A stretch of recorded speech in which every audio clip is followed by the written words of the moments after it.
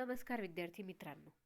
आज आपण झाडाच्या मनात जाऊ कवी नलेश पाटील यांची ही कविता. या कवितेचा आपण चार कडवे आज याच्या आधी आपण अभ्यासलेले आहे, त्याची चर्चा आपण केलेली आहे. आणि आज आपण उरलेले जे चार कडवे आहेत त्याचा अर्थ आपण पाहूया. या आधीच्या कडव्यांमध्ये आपण बघितलंय की कवी एक निसर्ग कवी आहेत आणि निसर्गामध्ये ज्या गोष्टी आहेत त्या सगळ्या गोष्टींचं आकर्षण कवीला सुद्धा आहे. आणि निसर्गाचं वर्णन अतिशय सुरेख आणि सुंदर शब्दांमध्ये त्यांनी या ठिकाणी केलेलं आहे. पुस्तकाचं पान नंबर आहे 16 आणि तुम्हाला तिथे निसर्गाचं चित्र, तिथे कवितेच्या मध्ये ज्या गोष्टींचा समावेश केलेला आहे त्याचं चित्र आपल्याला तिथं दिसते आहे.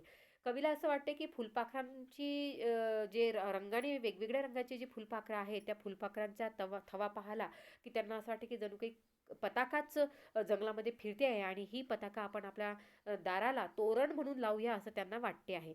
आणि जेव्हा कवी झऱ्याचं पाणी पाहतात तेव्हा त्यांना ते आनंदाचं गाणं वाटतं, देवाघरचं गाणं वाटतं आणि आपणही जीवनाचा आनंद घेऊ असं ते आपल्याला सांगतात. म्हणजे आपण आतापर्यंत ही आता याची चर्चा केलेली आहे. आता पुढच्या कडव्यामध्ये आपण पाहू.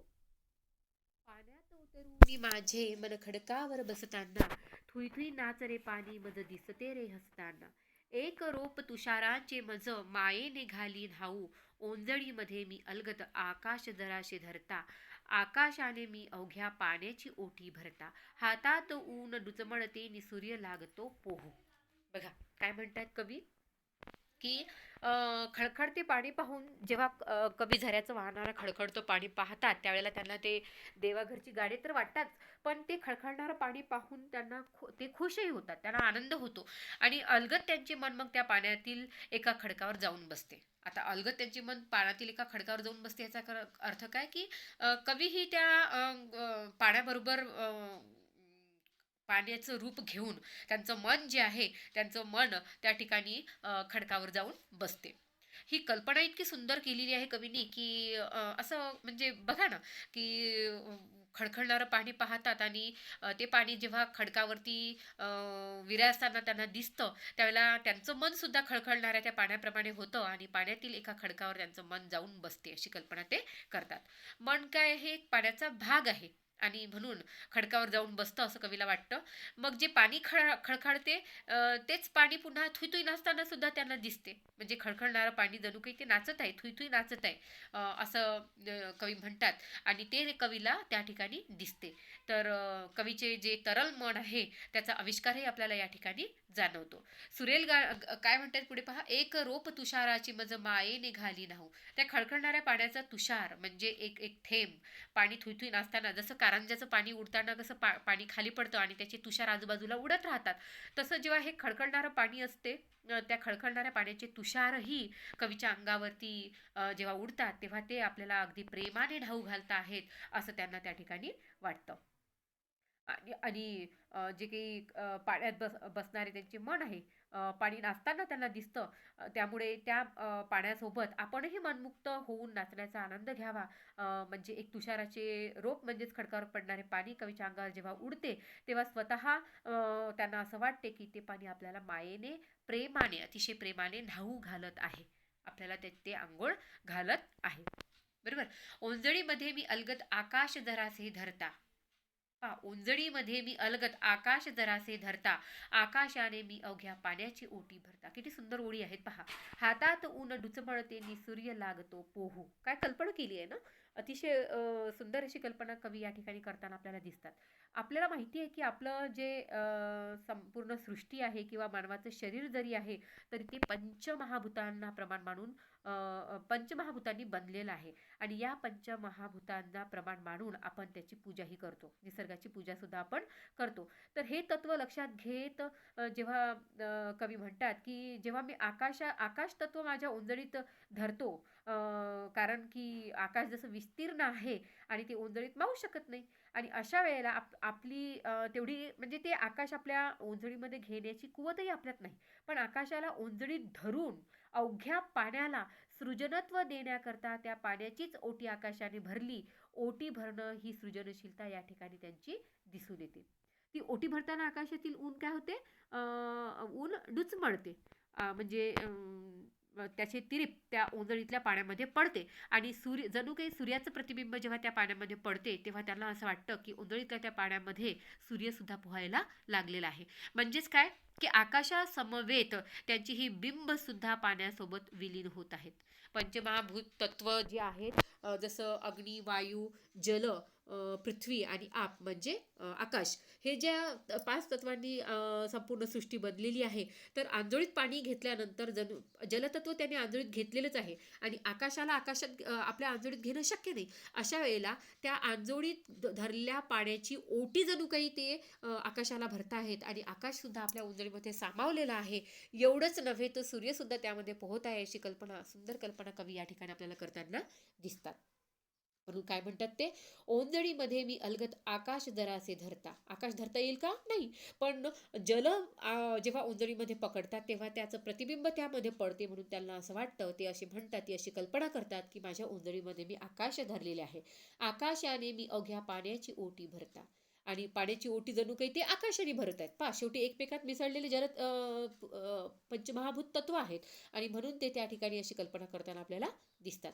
हातात ऊन डुचमळते नि सूर्य लागतो पोहू. पहा किती छान.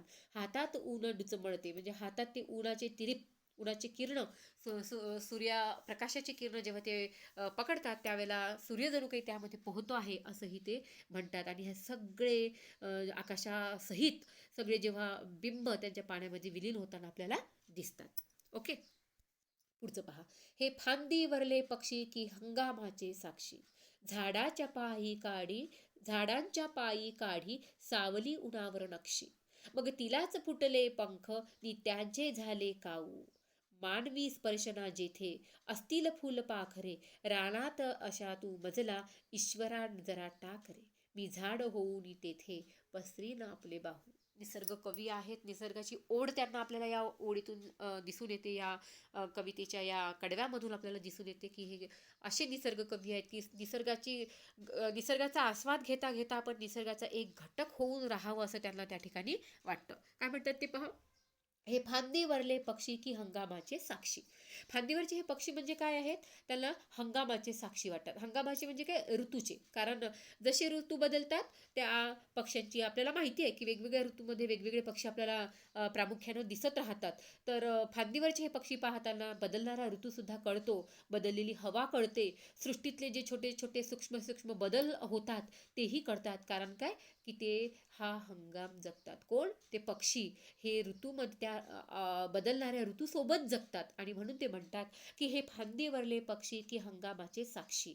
ऋतू बदलला, ऋतूनुसार जीवसृष्टी, वनसृष्टी बदलते आणि त्यानुसार पक्षी सुद्धा त्या फांदीवरचे आपल्याला जणू काही त्या ऋतूचे साक्षी आहेत असं कवीला तिथे वाटते. झाडांच्या पायी काढी सावली उन्हावर नक्षी. अजून एक सांगता येईल की हंगामात हे खरी साक्षीदार आहेत कारण प्रत्येक हंगामानुसार, प्रत्येक ऋतूनुसार पक्षी सुद्धा आपल्याला त्या ठिकाणी वेगवेगळे दिसतात. झाडाच्या पायी काढी सावली उन्हावर नक्षी. झाडाच्या बुंध्याशी, झाडाच्या बुंधा म्हणजे जिथं झाड जमिनीवरती आहे तिथे बुंध्याशी जी सावली पडते झाडाची, तर ती इतकी जिवंत असते की जणू ती सावली आपल्या रूपातून स्वतःला नव्हे तर उन्हाला उजाळा देते. पहा, स्वतःला नव्हे तर उन्हाला उजाळा देते, कारण उन्हाची साक्ष ती सावली त्या ठिकाणी देते. सावल्यामधून दिसणारे हे ऊन, जेव्हा सावलीत अभावाने दिसणारे ऊन नव्हे तर सावलीत मुद्दामहून काढलेली लक्ष्य आहे आणि झाडावर दिसणारे कावळे हे त्या काळ्या सावलीचे काळे पंख फुटून तयार झालेले कावळे आहेत असं कवी तिथे कल्पना करतात. कावळ्यांचा जन्म निर्माणाचा हा वेगळाच काव्यात्मक अनुबंध शोधला गेलेला या ठिकाणी आपल्याला दिसून येतं. काय म्हणतात पहा, मग तिलाच फुटले पंखेनी त्याचे झाले काऊ काऊ कावळे. ठीक आहे. तर जणू झाडाची जी सावली खाली पडते, बुंध्याजवळ जी सावली पडते की जणू काही उन्हाने ती नक्षी काढलेली आहे आणि झाडावर बसलेले जे पक्षी आहेत त्या पक्ष्यांची जणू काही त्या नक्षीलाच पंख फुटले आणि त्याचेच कावळे होऊन ते उडत आहेत असं कवी त्या ठिकाणी कल्पना करतात. मानवी स्पर्शना जेथे असतील फुलपाखरे, अशा ठिकाणी ते जाऊ इच्छितात शेवटी की मानवी स्पर्शन जेथे, जिथे मनुष्य पोहोचला नाही. निसर्गाची हानी करतो मनुष्य, बरोबर आहे, आणि निसर्गाची हानी ज्या ठिकाणी मनुष्य करू शकत नाही अशा ठिकाणी, ज्या ठिकाणी फुलपाखरे भरपूर असतील, भरपूर फुलं पाखरे त्या ठिकाणी असतील, पक्षी असतील, अशा रानामध्ये तू मला ईश्वरा नेऊन टाक. अशा निसर्गाच्या अस्तित्वामध्ये माझं अस्तित्व त्या ठिकाणी निर्माण कर, असं कवी त्या ठिकाणी ईश्वराला प्रार्थना करतात. मी झाड होऊन तेथे पसरीन आपले बाहू. आणि कसं होऊन राहू इच्छितात ते? त्या ठिकाणी झाड होऊन मी त्या, म्हणजे काय, निसर्गाचा एक घटक होऊन मी एक एक निसर्गाचे एक काय म्हणू आपण त्याला, की एक घटकच म्हणता येईल. निसर्गाचा एक घटक होऊन मी त्या ठिकाणी जीवन जगेल, अशा ठिकाणी मला परमेश्वरा तू देऊन टाक. काय म्हणतात, की मानवी स्पर्श जिथे नसतील, फुलपाखरांची संगत जिथं मला लाभेल, अशा ईश्वरा तू मला, अशा रानात ईश्वरा तू मला नेऊन टाक. माझी बाहू पसरून मी झाड होऊन जगेल. माझे जगणे केवळ सृष्टीमय होऊन जाईल. मला स्वतःला सुद्धा बहरेल इतकं सुंदर नैसर्गिक वातावरण मला सुद्धा त्याचा अनुभव घेता येईल, असं सुंदर ओळीमधून ते आपली इच्छा सुद्धा व्यक्त करतात. बरोबर. तर इथे आपली ही कविता संपलेली आहे. ह्या कवितेचे जे काही समानार्थी शब्द आहेत ते तुम्हाला करायचे आहेत. जसे इथे काऊ म्हणजे कावळा, त्याच्यानंतर सावलीला समानार्थी शब्द आहे छाया, त्यानंतर पाखरेला पक्षी किंवा विहंग म्हटलं जातं, विहंग. ठीक आहे. त्याच्यानंतर बाहू म्हणजे आपले कर, हात. कर आणि हात हे दोन समानार्थी शब्द आहे. झाडाला वृक्ष हा समानार्थी शब्द आहे. तरु पण आहे झाडाला समानार्थी शब्द, तरु. हे शब्द तुम्हाला परीक्षेत विचारतात हा, त्यामुळे थोडंसं लक्ष द्यायचं. तर इथे आपली ही कविता या ठिकाणी संपली. याच्या आधीच्या कडव्यामध्ये सुद्धा काही आहेत का हे बघू आपण. जसं पाणी, पाण्याला काय शब्द आहे? जल, तोय, नीर, हे ना, हे काय आहेत? उदक. हे सगळे पाण्याचे समानार्थी शब्द. त्याच्यानंतर तुषार, तुषार म्हणजे थेंब, तुषार, थेंब, थेंब. त्याच्यानंतर पाणी, जल झालं. सूर्याला समानार्थी शब्द आहे. सूर्याला अनेक समानार्थी शब्द आहेत, तुम्ही त्या ठिकाणी लिहू शकता. जसं भास्कर आहे, भास्कर, रवी. सूर्याची जे 12 नावं आहेत ते या ठिकाणी अपेक्षित आहेत. ओके. तर अशा पद्धतीने आपण ही कविता इथे संपवलेली आहे. जी पाठ्यपुस्तकामध्ये जी कृती दिलेली आहे ती सोडवण्याचा प्रयत्न करायचा. ठीक आहे, इथे आपण थांबू.